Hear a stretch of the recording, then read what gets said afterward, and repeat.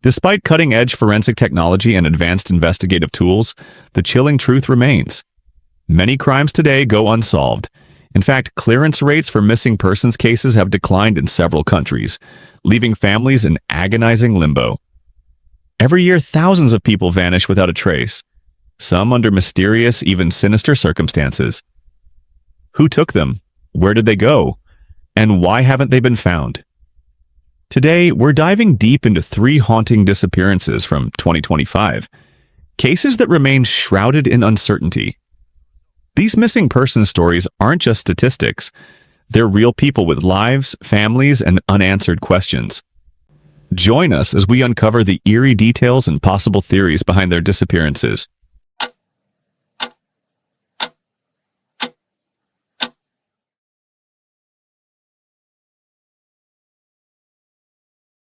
On June 16, 1959, 4-year-old Daniel Barter eagerly assisted his parents and 3 of his 6 siblings in packing their car for a camping trip to Perdido Bay, Alabama.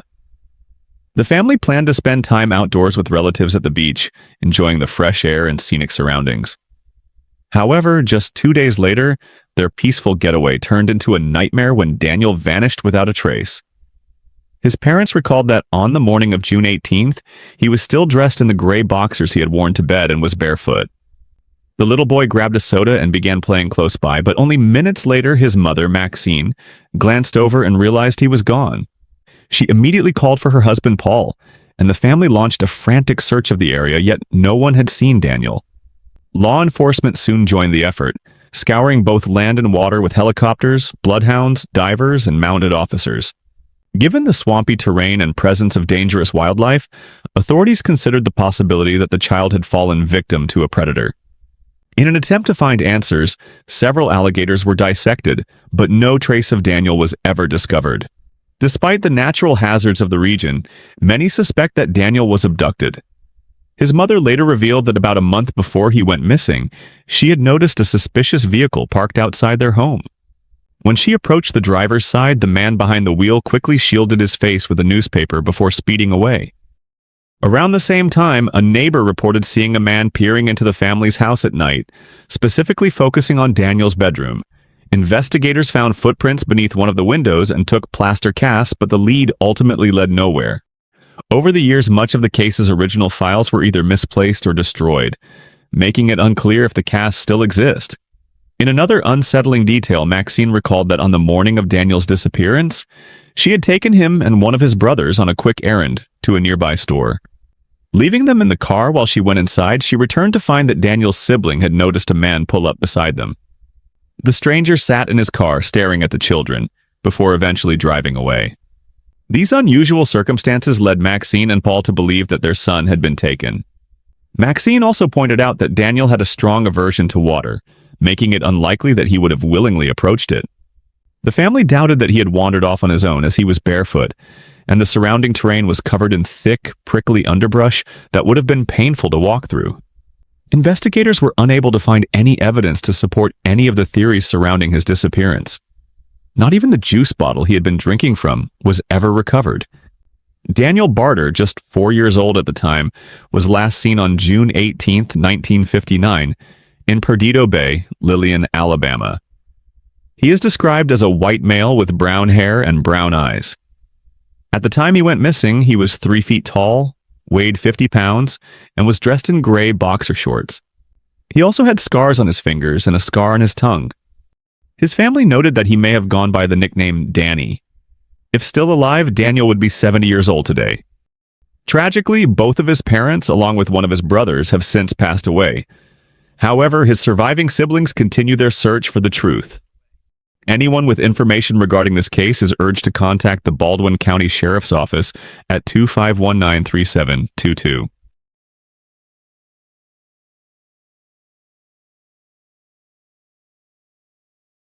In 1998, 14-year-old Natasha was living a rather normal life for some of her age in the city of Rockhampton in Queensland, Australia. She had lots of friends, many of whom affectionately called her Grasshopper, and she navigated the pressures of schoolwork and the struggle for independence from her parents just like any other teenager. Most of her friends knew her as the kind of girl who once spent her Christmas day visiting the sick and elderly, but some of them became aware of more concerning developments that Natasha wanted to keep secret.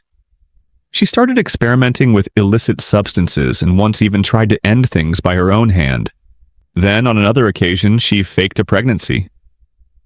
All of this was, of course, extremely alarming, but what bothered her mother, Jennifer, more than anything was the romantic relationship she had struck up with a 21-year-old named Scott. Jennifer obviously disapproved of the relationship, but her rebellious 14-year-old daughter didn't seem to take her mother's opinion into consideration. Then, one day in July, Natasha left the house to take the family dog for a walk, but she never returned. For days, Jennifer worried sick over what could have happened to her daughter, and authorities launched a search only for them to discover her hiding out at the Rockhampton Music Bowl. Her boyfriend Scott was then charged with abduction, but that charge was eventually reduced to one of obstructing, and he was fined $1,000 for his role in her disappearance. Natasha's family was obviously relieved to have her back home, safe and sound, but that peace of mind wouldn't last long. On the morning of August 31st, Natasha got herself ready for school before Jennifer dropped her off there. Later that day, Natasha once again didn't return home, and the police were notified of her second disappearance. Unfortunately, due to her running away just a month earlier, police weren't overly concerned and assured Jennifer that she'd turn up in a few days. Those few days, however, became weeks without any sign of the 14-year-old or movement in the effort to find her. Naturally, once police started to take the disappearance more seriously, the first person they turned to was Scott. Considering Scott was involved in Natasha's first disappearance, he became the most likely suspect. Just like he did in the first investigation, though, Scott denied having any knowledge of where Natasha went. He was apparently just as confused and worried as Natasha's family was. So, with this particular lead going nowhere, police finally went public with Natasha's disappearance. The search that followed was extensive, yet there was very little that came from the effort. There was one purported sighting of Natasha by several people who said they saw her outside a local cinema, smoking a cigarette while talking to an older man. But this lead never materialized into anything, at least not initially. As weeks turned to months, another set of circumstances would come to light that would cause Natasha's case to take a chilling turn. Local Rockhampton women were starting to go missing, and 3 of them were eventually found dead. To police, it seemed clear that they had a serial offender on their hands, and fear grew that Natasha might be among the victims. In due time, this would lead police to another man named Leonard Fraser. In the run-up to the year 2000, Leonard had spent much of the previous 22 years in prison for assaulting women.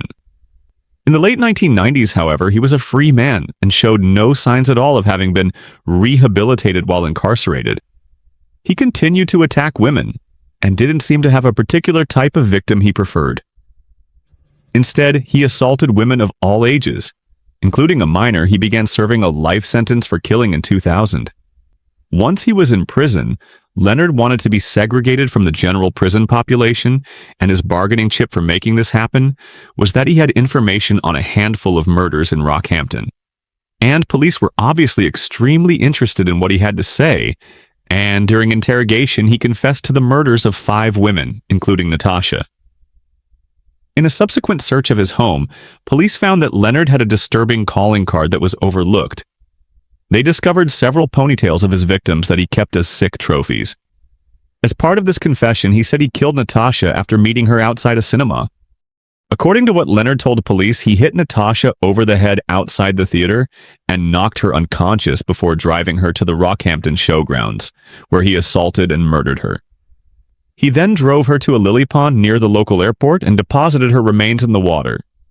And police had good reason to believe Leonard's account. His confessions to other murders included information on where to find the bodies, and police were successful in locating his other victims. After scouring the lily pond, however, Natasha's body never turned up. This wouldn't really matter in the eyes of the law, though. Leonard was charged with her murder based on his confession, and in 2003, he was put on trial for the Rockhampton assaults.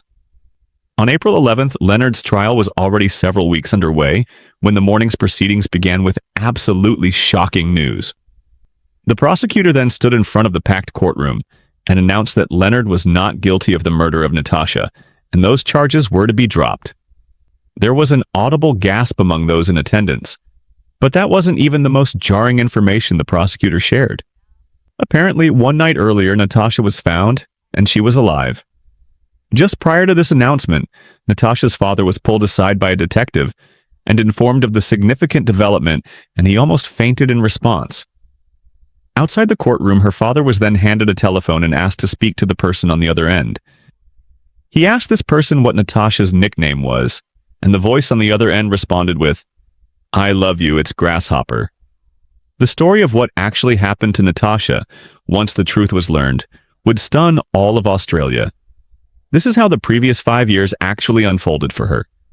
After being dropped off at school by her mother on August 31st, 1998, Natasha never went to class. Instead, she left school and made her way to Scott's house. Scott, as it turned out, had lived a reclusive life to that point, and his neighbors knew very little about him other than that he worked as a milkman. His curtains were basically always drawn, and while he did have visitors who would stop by, neighbors just assumed he lived alone. Natasha's plan was to hide out at Scott's for a while, and since he was so secretive in the first place, it was the perfect location for her to go unnoticed. Once her disappearance started to make news, however, she grew apprehensive about coming forward, fearing what the consequences might be from both the police and her parents. As the months went by, though, Natasha settled into Scott's house and moved about freely since all the windows were always covered. Then, whenever Scott would have any visitors over for any reason, Natasha would hide out in a clothes cupboard. During the next few years, Natasha would spend most of her time on the internet and started learning how to speak German. She'd also read, cook, and sew, and to make her time in the cupboard a bit more comfortable, she actually took up yoga to improve her flexibility. Often, when she'd need to hide out in the cupboard, she'd have to stay there for a considerable period of time, so she'd sit in various poses. Over the next 5 years that she was with Scott, she only went outside 6 times, and when she did, it was under the cover of night while wearing men's clothing so she wouldn't be recognized. When they were at his Rockhampton home, however, she was only ever 2.5 miles or 4 kilometers away from her mother's house. Scott and Natasha were also extremely careful not to give away what they had going on. They made sure that Natasha's clothing was never hung in the outside clothesline to dry. She even went so far as to make sanitary napkins from towels so that Scott wouldn't raise suspicion by having to buy them for her. On a number of occasions during her time with Scott, Natasha contemplated coming home, and several weeks before Leonard's trial, she even called an Australian help hotline under the name Sally and said that a man was about to go to court for her murder. Finally, everything came tumbling down for the couple when a tip came into police from an unknown person that she was hiding out at Scott's house. It's unclear how this person came to know that Natasha was there, but on the night of April 10th, 2003, police conducted a surprise raid of his Rockhampton home and pressured Scott into giving up Natasha's whereabouts. After he pointed to the cupboard door, the police flung it open and found her inside. Immediately, she began to fight and protest, making it clear that she wanted to stay where she was. While these 5 years passed with Natasha missing, her family mourned as if she was dead, having believed that she had become a victim of Leonard's. On her 17th birthday, they even held a memorial service for her at a nearby crematorium where they released balloons and watched a video of young Natasha to commemorate her life. As word got out afterward, news outlets competed for a chance to tell Natasha and Scott's story. The couple was paid hundreds of thousands of dollars to appear in interviews and share the details of how Natasha managed to hide out for 5 years. Natasha would tell police that she would never publicly state exactly why she ran away, but she did reveal that she was angry at everyone in her life, and that she was tired of school and the life she was living. Despite this media interest in the couple's newfound celebrity, crimes had still been committed by both Natasha and Scott. Natasha admitted in interviews that it was all her doing, and that she coerced Scott into hiding her, but that didn't prevent him from being convicted on perjury charges. And since this was now the second time Scott had lied to police during a missing persons investigation, the penalty was much stiffer, and he was sentenced to 3 years in prison. In the end, he would only serve 12 months and was ordered to pay $16,000, which would be put toward the cost of the investigation. As for Natasha, she managed to avoid any jail time and was ordered to pay just a $1,000 fine for her role in her disappearance. Not long after Natasha was found, she gave birth to the couple's first child, and right after Scott was released from prison in 2008, they married. For years afterward, they were often the subject of tabloid articles and the paparazzi, but their appearances in the public were few and far in between as they continued to live mostly a reclusive lifestyle. By the mid-2010s, the couple had all but disappeared from the headlines, and it seemed like the worst of the fall was over. They ended up having 4 children together, and Natasha was well into a successful career as a nurse. But things took a tragic turn in the middle of 2024. On the night of June 1st, Natasha disappeared once again. This time, however, Scott really didn't know what happened to her, so he contacted the police. Then, early in the morning of June 2nd, Natasha's body was found on a golf course in Rockhampton. As of this video, her cause of death still remains a mystery, but police told reporters on the day that her body was found that the case was not being treated as a suspicious death. Regardless, the circumstances around her death had yet another strange layer to what was already one of the most peculiar missing persons cases in Australian history.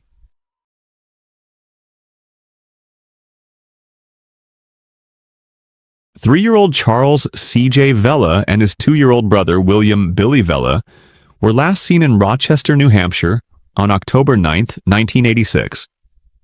The boys were abducted by their non-custodial father, Charles Martin Vella Jr. Vella first connected with Ruth Parker, the mother of his children, in 1981 through a personal ad in a nature magazine. Their relationship began with exchanging letters, followed by phone calls, and after several months of correspondence, they finally met in person. Not long after their meeting, Ruth made the decision to move to New Hampshire to be with Vella. She had quickly grown fond of him, describing him as intelligent and trustworthy. An only child, Vella had a strong interest in both health foods and the stock market. He told Ruth he had recently retired from teaching elementary school, and when the topic of children came up, he expressed his desire for a classroom full. However, he also admitted that he was unfamiliar with caring for young children, insisting that Ruth would handle the responsibilities of raising them. Before long, Ruth became pregnant, giving birth to their first son in late 1982. 2 years later, Billy was born. For a time, their lives seemed happy. The couple made a living by flipping houses, and Ruth was able to stay home with the children. However, over time, Vella grew increasingly distant. He began spending less time with his family, often speaking little to Ruth and their sons. Some nights, he didn't return home at all. Gradually, he became someone Ruth could barely recognize. Vella's behavior turned controlling, unpredictable, and aggressive. He strongly opposed Ruth returning to work, insisting that she needed to dedicate all of her time to their children. He also imposed strict financial limits on household expenses and frequently intercepted phone calls from Ruth's friends, telling them she was unavailable. Worse still, he attempted to manipulate her into believing that her own family no longer cared about her or wanted to speak with her. The breaking point came when Vella purchased a house to renovate without consulting Ruth. She found the home unlivable, describing it as dark and unsafe, with exposed nails sticking out of the walls. She refused to move in with the children under such conditions. Eventually, the couple compromised. Ruth and the boys would stay in an apartment until the house was ready. However, Vella made things difficult, placing all their belongings in storage and making endless excuses when Ruth requested specific items. Then, seemingly out of nowhere, Vella announced that he wanted a divorce. When Ruth tried to discuss logistics with him, especially regarding custody, he provided vague, evasive answers. Frustrated, she hired her own attorney. During the early stages of the proceedings, it became clear to her that Vella was more preoccupied with dividing their assets than making arrangements for their children. To support herself, Ruth took a job at a fast food restaurant, while her niece helped care for CJ and Billy. Over time, Vella began taking the boys while Ruth was at work, but instead of spending time with them, he often left them in the care of his father, Charles Sr. He also failed to return them at the agreed-upon times. On the morning of October 9, 1986, a Thursday, Ruth left her sons with a babysitter before heading to work. Later that day, Vella picked them up and assured Ruth he would bring them back on Saturday. However, on Friday morning, he called her with a sudden change of plans. He told her he was taking CJ and Billy to Connecticut to visit an aunt and that they would be getting home late. On Saturday night, Vella called once again, telling Ruth that the boys were having such a great time that they wanted to stay with him until Monday. She could hear CJ and Billy in the background, but when she asked to speak with them, Vella refused. Monday came, but Vella and the children were nowhere to be found. Panicked, Ruth rushed to his office, hoping to get answers. Instead, she was met with an empty building. As she stood there in disbelief, an employee walked out carrying a box of supplies. He informed her that Vella had sold the business over the weekend, leaving all his employees suddenly jobless. Overcome with fear and desperation, Ruth drove straight to her lawyer's office. On the way, she tried calling Vella's parents, only to be met with indifference. They claimed they had no idea what was happening. Needing photos of her children for the police, she stopped by the storage facility where Vella had placed their belongings. What she found left her stunned. The unit was completely empty. Later, she would learn that Vella had secretly auctioned off everything months earlier. The shocks didn't end there. When she returned to her apartment, she realized that every single photograph of her children was missing. Vella had taken them all. In the span of a weekend, Vella had upended Ruth's life. He had abducted CJ and Billy, sold all of their belongings, emptied their joint bank accounts, stolen her credit card, and even taken their address book, likely to make it more difficult for her to contact his relatives. To make matters worse, he had stopped making payments on her car months prior, leading to its repossession right around the time of the kidnapping. Despite the urgency of the situation, Ruth struggled to get law enforcement to act. At the time, there were few legal protections against parental abduction, and police were reluctant to intervene, believing the children were safe with their father. They also expressed concern over how difficult it would be to locate CJ and Billy without any available photographs. Determined not to give up, Ruth began asking around. Finally, a coworker recalled that she had recorded her own children at a recent work picnic and might have unknowingly captured CJ and Billy on video. To Ruth's immense relief, the footage existed. Though somewhat grainy, it was better than nothing. In the weeks following the abduction, Ruth appeared in court, where a judge granted her temporary custody. This ruling prompted police to charge Vella with interfering with custody. On April 3rd of the following year, a federal warrant was issued for his arrest on charges of unlawful flight to avoid prosecution. Over the years, CJ and Billy were reportedly spotted in several different states, and investigators uncovered evidence that Vella had been living completely off the grid and was likely armed. At one point, he contacted a lawyer in an attempt to gain legal custody of the boys, but he never disclosed his whereabouts. Vella's parents also attempted to intervene, filing a civil complaint against Ruth and accusing her of child abuse.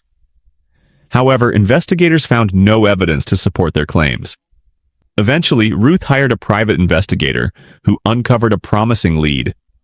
A woman claiming to be Vella's new girlfriend contacted the investigator, revealing that he had assumed the name Charles Charlie Wilson and changed the boy's last name as well. According to her, they were living in an isolated rural area in Oklahoma, where Vella homeschooled CJ and Billy.